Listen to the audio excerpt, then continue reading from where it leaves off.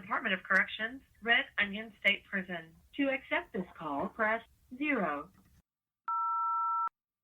This is Randall Via, and I'm currently serving 1,214 years for capital murder in Red Onion State Prison in the state of Virginia in the USA. And this is my podcast, Red Onion Randy. I hope you enjoy listening to me today. Today, I'm going to answer listeners' questions. As a matter of fact, I got similar questions from two people. One from Gigi, who wants to know what makes a good cellie. What do you look for in a cellie if you have to have a cellie, and so on and so forth. And from Crazy Guy 1948, he wants to know about any funny stories that I have about cellies or just stuff of that nature. And there's a couple. So let me get into it, especially as, I'm currently waiting on a transfer. What makes a good cellie? Well, first off, right now I'm on single cell status. I can't have a cellie because of my violent past. And the fact that they are concerned that if they put me in the cell with the wrong person, I'm going to wind up hurting them. I guess there is some truth to that, though it wouldn't be something that I would choose to do or even want to do. The fact of the matter is I don't want a cellie, so if they want to believe that, by all means, let them believe it, because I do not want a cellie. Cellies are the worst. Even good cellies, even great cellies are bad cellies because you're trapped in that cell, especially at a place like Red Onion or Wallens Ridge, where you only get a couple hours out the cell every day. And for the rest of that time, you're locked in that little tiny room that's barely the size of a bathroom with a guy 24/7. No matter how well-intentioned, no matter how good a cellie is, and I'll get into what makes a good cellie here momentarily, but you're always going to bump heads with someone. For those of you who live with someone on the street, y'all have argued, y'all have yelled at one another, cussed at one another, y'all pissed one another off, frustrated one another to no end. Like, imagine being locked in the same room with that person day after day, week after week, month after month, year after year. It takes its toll. And then because you're in prison, because you're two guys, and depending on how violently inclined you are, or, whether you can fight, you're willing to fight, cellies get to rumbling in here all the time. It's going to happen. There's eventually going to come that day where you're going to get mad at one another, and it depends on how well you deal with anger, how well you deal with frustration, determines on what happens between you and that cellie, which is why I don't ever want a cellie again. Regardless of where I go or who the cellie is, I don't care. You don't want to use the restroom with another guy in the cell. Yeah, you hang a blanket up across the cell so the guy can't see you and whatnot. You cover your window. But the thing about that is, even though you're in there just using the bathroom, you'll have a lot of dudes that are just jealous, mad, don't like you for this reason or that reason, or they're just a straight-up bitch, and they love to gossip and start trouble. They're in there screwing. There's so much stuff you have to deal with when it comes to having a cellie. Like me, there's a thing in prison called gunning. Well, it's in not every state, but it is in Virginia. And gunning is where, when a female staff member comes into the pod, you have some guys that want to stand in the window and masturbate. And the first thing I'll tell a cellie, look, man, you pull it out and you ain't pissing with it, I'm going to tear your head off. Like, I don't play that game at all. You will never, ever masturbate while I'm in that cell. I understand it's a need. I understand that some guys have to do it. It's something I do my best to stay away from, especially as I get older.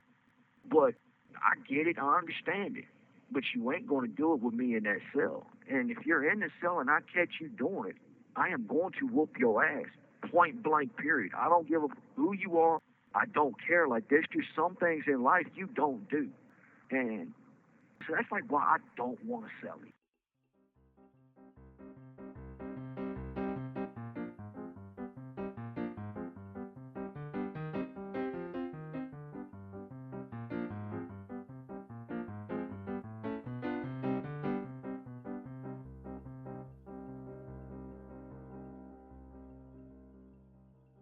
But what makes a good cellie is someone who respects themselves, someone who doesn't start trouble, someone who will handle themselves. That's the kind of guy you want to be in the cell with, because a guy like that respects himself and he respects others, because he knows how deadly words can turn in here. Like, I mean, literally, guys have been stabbed and murdered over words. There's a guy in here that I know. I've known him for a long time. As a matter of fact, he's at King Mountain right now, and his name is Thugger. Light-skinned dude from Richmond. He's a blood. He's dude's trained to go. He can fight. Like, he can really fight. And him and his cellie got to fighting over words, over an argument. And I don't know if it was Thugger that started it. I don't know if it was his cellie that started. All I know is this. By the time the fight was over with, his cellie was dead. Thugger beat that man to death in the cell. So that's why you want a cellie that respects himself. Because if you respect yourself, you are going to respect other people. He respects himself, he's going to respect you. He's going to respect your property. Like, you can't go in my property. Like, if you need something, that's fine. I understand that. But you got to ask me first. You can't just grab it and take it. I don't care if I'm outside on the rec yard and you have to wait 3 hours before I come back in. You wait. You don't go through my stuff and take it, even if you know I will give it to you. Unless I've given you permission first, say, hey, if you need something, just go on in and take it, just so long as you replace it, the next commissary day. You have to have a cellie that is clean, because you're not going to want to stay in the cell with someone that doesn't shower regularly, someone who doesn't wash their clothes regularly, someone that when they urinate, they just piss all over the toilet seat and the back of the toilet and the floor. Like, you don't want to be in a cell with a dude like that. You want to be in a cell when a guy, when he is defecating, he gives you what we call in prison a courtesy flush. Meaning every time he defecates, he flushes the toilet. And he keeps doing that until he's done. And, it gets a little loud with the toilet flushing 5 or 6 times in a row or however many times, but that's the price you pay for not wanting to smell it. Because you don't want to disrespect a guy like that. Because most guys in here have hair-trigger tempers anyway. There was a story one time about a guy, and the same thing, like, even when you urinate, you give a courtesy flush because the toilet is made of stainless steel. So it really splashes more than a porcelain toilet does. So even when you're urinating, you turn your back to your cellie, and as you urinate, you flush the toilet. So it's, it just keeps it from splashing and everything, and it helps with the noise and stuff like that. But this one guy, he would never do that for a cellie. Like, he would just go over there and piss regularly. And then, he would take toilet paper afterwards and wipe the seat up. But this is the thing about it. All you're doing when you take the toilet paper and wipe the seat down is you're smearing urine all over the toilet seat. You're not cleaning it up. You have to use soap and water to actually clean it. Think about it, and I've had to explain this to people. Look, man, what happens when you stand on a toilet to step on the sink to talk to the guy in the vent?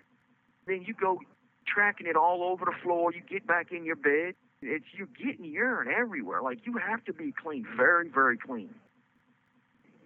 You want guys that are quiet. You want guys that you can get along with, guys that you have some stuff in common with. Because, let's face it, I'm 42 years old. As a matter of fact, in like 8 days or so, maybe less than that, I turned 43.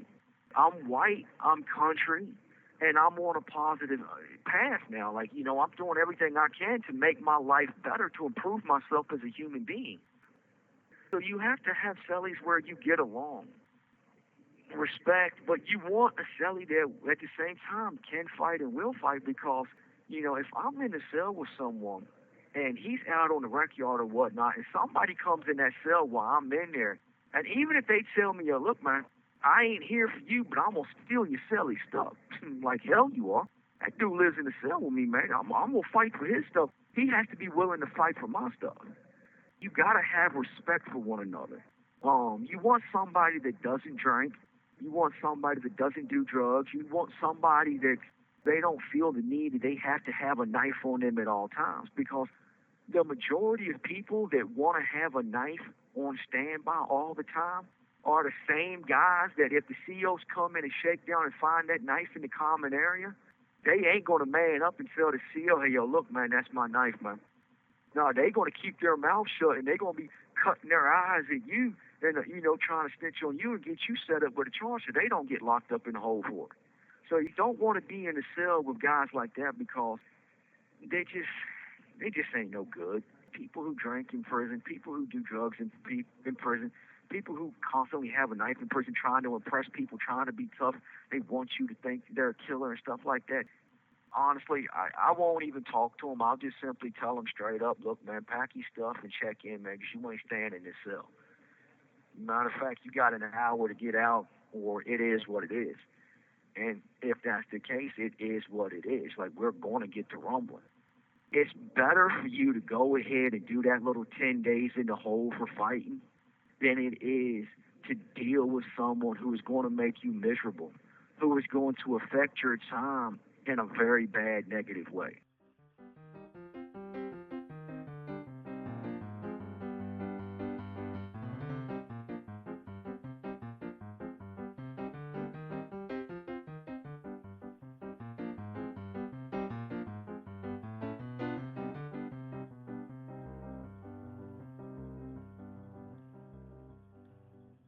But yeah, I mean, but having cellies can be good. Because, if you get along, you can, you got somebody to talk to when it gets boring in there, especially when you're on lockdown.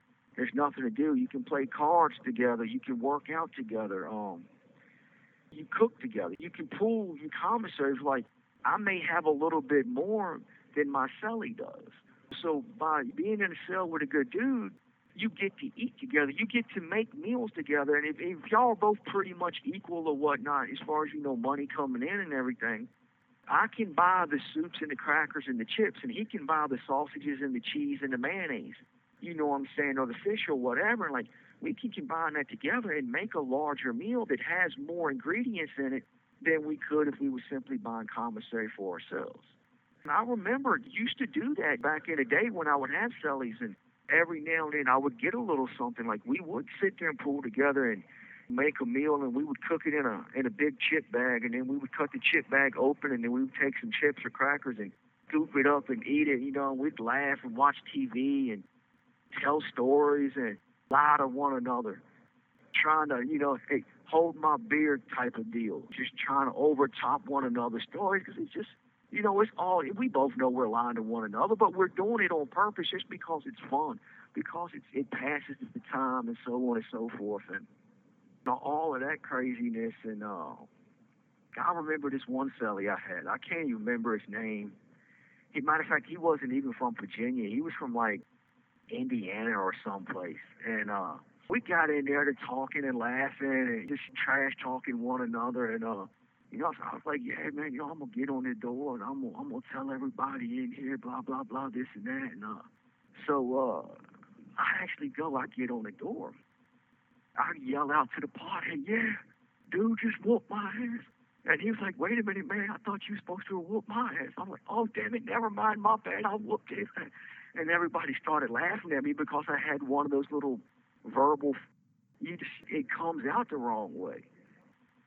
You've had guys in the cell, they'll be on the top bunk and they'll jump off the top bunk and they'll land wrong and they'll fall and bust their ass. And you just kinds of crazy stories. You do all kinds of crazy things in there. Like, you'll make up games. There's this dude named ST. He'd take an extra blanket and we would lay it across the top of the toilet. And then we would lay a burgundy shirt or something to seal up the bottom of the door. And we would take cards and we would take like an empty cracker box or like, a small brown paper lunch bag.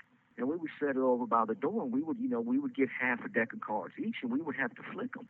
And whoever would make the most cards, you would have to do burpees or you would have to do something silly like walk around the cell, squat it down like a duck walk and quack like a duck. Just do dumb stuff because you're just making up dumbass bets just to pass the time, just to entertain yourself. You have 1 minute remaining. Yeah, it's just, having a cellie is, it's not a good thing for the most part, but you have some people that they have to have cellies. They have to have someone to talk to in the cell because they can't do time by themselves. And that's why a lot of guys in solitary confinement went crazy throughout the years, because they was in that cell by themselves and they didn't know how to do time. They didn't know how to be by themselves. So it broke them down mentally and emotionally.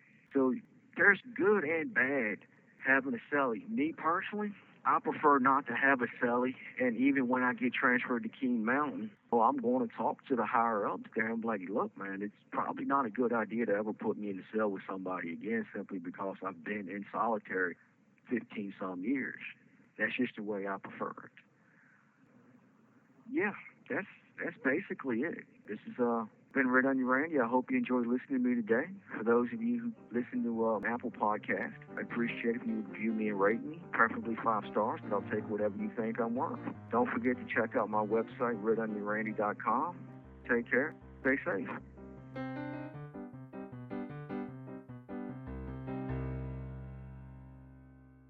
Thank you for using GTL.